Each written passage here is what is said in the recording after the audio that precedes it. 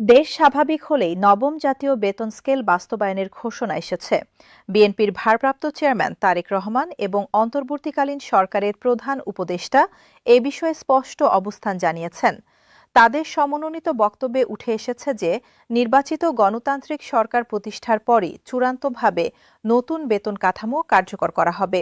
সরকারি চাকরিজীবীদের বেতন কাঠামো নিয়ে গত কয়েক মাসের জল্পনা কল্পনা এবং অনিশ্চয়তা এখন কাটতে শুরু করেছে। তারেক রহমান তার সাম্প্রতিক বক্তব্যে জানিয়েছেন, নবম জাতীয় বেতন স্কেল নিয়ে হতাশ হওয়ার কোনো কারণ নেই।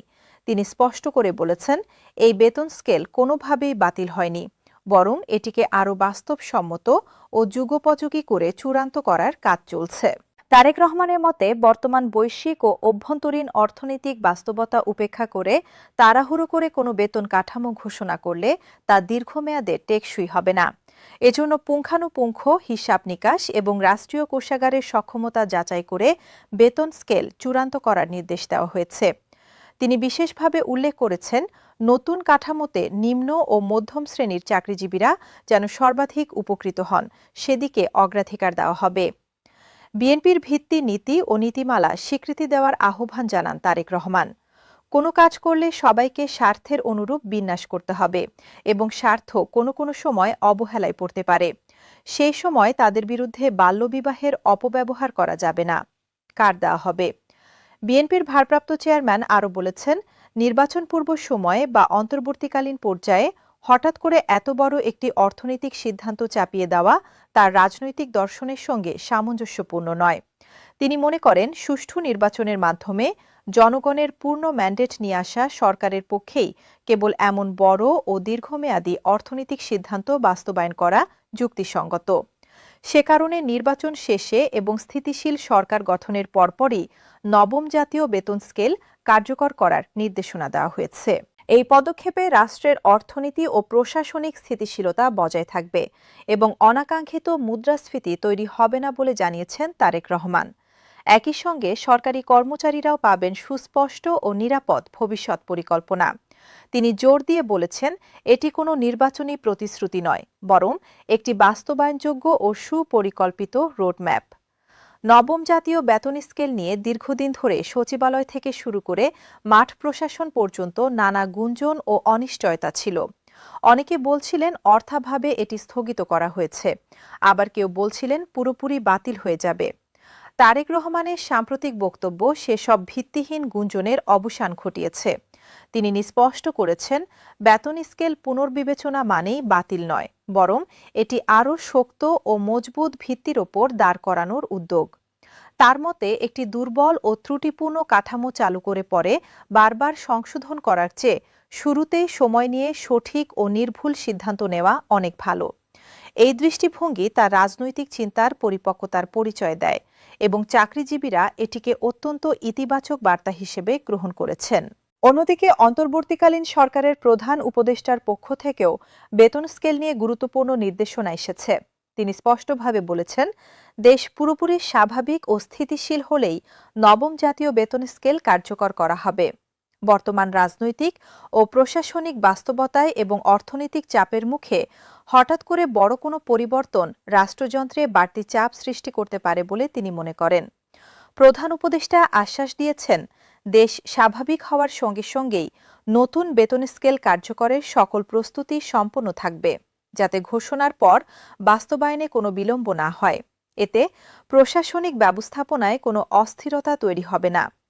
বিশ্লেষকরা মনে করছেন, প্রধান উপদেষ্টার এই বক্তব্য তারেক রহমানের নির্দেশনার সঙ্গে পুরোপুরি সামঞ্জস্যপূর্ণ এবং উভয় নেতাই রাষ্ট্রীয় স্থিতিশীলতাকে প্রাধান্য দিচ্ছেন। সরকারি চাকরিজীবীদের জন্য নবম জাতীয় বেতন স্কেল শুধু মাস শেষে বেতন বৃদ্ধির বিষয় নয়, এটি তাদের সামাজিক মর্যাদা, জীবনযাত্রার মান ও ভবিষ্যৎ নিরাপত্তার সঙ্গে সরাসরি জড়িত একটি গুরুত্বপূর্ণ বিষয়। বর্তমান বাজার দর, বাসা ভাড়া, সন্তানের শিক্ষা ব্যয় ও চিকিৎসা ব্যয়ের চাপ আগের যে কোনো সময়ের তুলনায় অনেক বেশি। এই বাস্তবতা মাথায় রেখেই বেতন স্কেল পুনর্গঠনের কথা বলা হচ্ছে। তারেক রহমানের বক্তব্যে স্পষ্ট যে তিনি চাকরিজীবীদের এই সংকট গভীরভাবে অনুধাবন করেন। তিনি বিশ্বাস করেন, একটি সন্তুষ্ট ও দুশ্চিন্তামুক্ত প্রশাসনই কার্যকর ও সফল রাষ্ট্র ব্যবস্থার মূল ভিত্তি। এ কারণেই বেতন স্কেলের গুণগত মান নিয়ে তিনি কোনো আপোষ করতে চান না। ধারণা করা হচ্ছে নবম বেতন স্কেল চূড়ান্ত হলে গ্রেড কাঠামোতে বড় ধরনের ইতিবাচক পরিবর্তন আসতে পারে। বিশেষ করে নিম্ন গ্রেডের কর্মচারীদের বেতন যেন সম্মানজনক পর্যায়ে পৌঁছায় এবং তারা যেন দারিদ্র্যসীমার ওপরে উঠতে পারেন, সে বিষয়টি সবচেয়ে বেশি গুরুত্ব পাচ্ছে।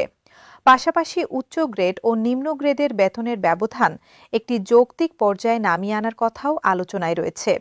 এতে প্রশাসনের ভেতরকার বৈষম্য কমবে এবং কর্মক্ষেত্রে মনোবল বাড়বে। তারেক রহমান এই ভারসাম্য রক্ষার ওপর বিশেষ জোর দিয়েছেন। তিনি চান না রাষ্ট্রের একটি শ্রেণী অতিরিক্ত সুবিধা পাক এবং অন্য শ্রেণী অপ্রতুল সুবিধায় থাকুক। এই মানবিক ও সাম্যবাদী দৃষ্টিভঙ্গি বেতন স্কেল আলোচনাকে আরও গ্রহণযোগ্য করে তুলেছে। নির্বাচন শেষে বেতন স্কেল কার্যকরের ঘোষণাটি রাজনৈতিকভাবেও অত্যন্ত তাৎপর্যপূর্ণ।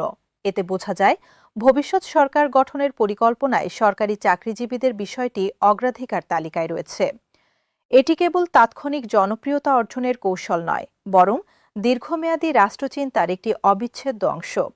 তারেক রহমান মনে করেন, অর্থনৈতিক সংস্কার ছাড়া রাজনৈতিক সংস্কার কখনোই টেকসই হয় না, আর বেতন স্কেল বাস্তবায়ন সেই অর্থনৈতিক সংস্কারেরই একটি বড় অংশ।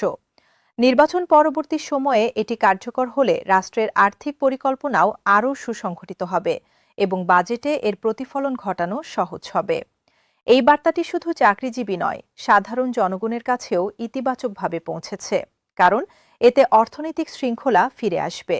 সব মিলিয়ে নবম জাতীয় বেতন স্কেল নিয়ে নতুন করে যে আশার আলো দেখা দিয়েছে তা নিঃসন্দেহে অত্যন্ত গুরুত্বপূর্ণ।